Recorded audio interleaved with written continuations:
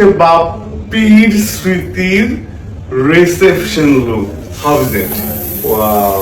না, কেন? বউয়ের মুখ দেখতে টাকা লাগে না? হোয়াট? বইয়ের মুখ দেখতে আবার টাকাও লাগে? আজকে এত সুন্দর এক্সপেন্সিভ করে সেজেছি, এত গর্জিয়াস লুক দিয়েছি, ফ্রিতে। কত টাকা লাগবে বলো?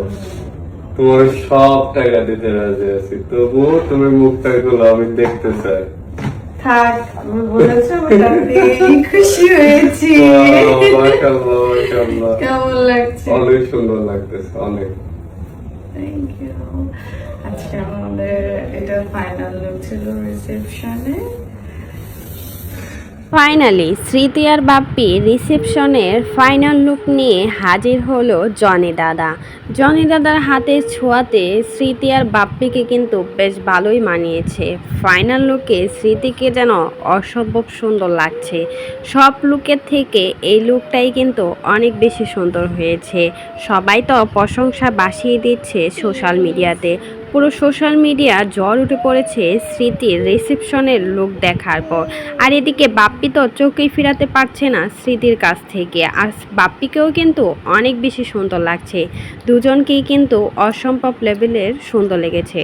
তবে সবাই একটা কান গোছাকরছি করছে, সেটা হলো সবগুলো প্রোগ্রামে করেছে স্মৃতি, কিন্তু স্মৃতি কোনো প্রোগ্রামে সোনার গহনা পরে নাই। সোনার গহনা না পরলে নাকি নতুন বইয়ের কোনো ফিলিংসই পাওয়া যায় না। সবগুলো প্রোগ্রাম করলেন স্মৃতি বাপ্পি, তবে কোনোটাতেই কিন্তু সোনার গহনা পরে নাই স্মৃতি।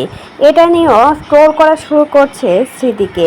সবাই তো বলছে বাপ্পি এত বড় লোক দেখার পরেও সে তার বউকে সোনা দিয়ে মোড়াতে পারলো না। আগের ঘরেও স্মৃতি একটা সোনার গহনা পায় নাই, এখনও পেল না। মানুষের যে কত প্রবলেম স্মৃতি বাপ্পির বিয়ে নিয়ে, এই বিয়েটা না হলে হয়তো বা জানাই যেত না।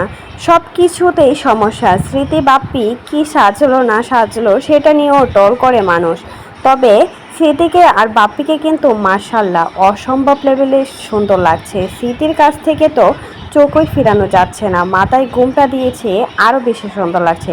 তো আপনাদের কাছে কেমন লেগেছে সেটা কিন্তু অবশ্যই আমাদের কমেন্ট বক্সে জানাতে বলুন।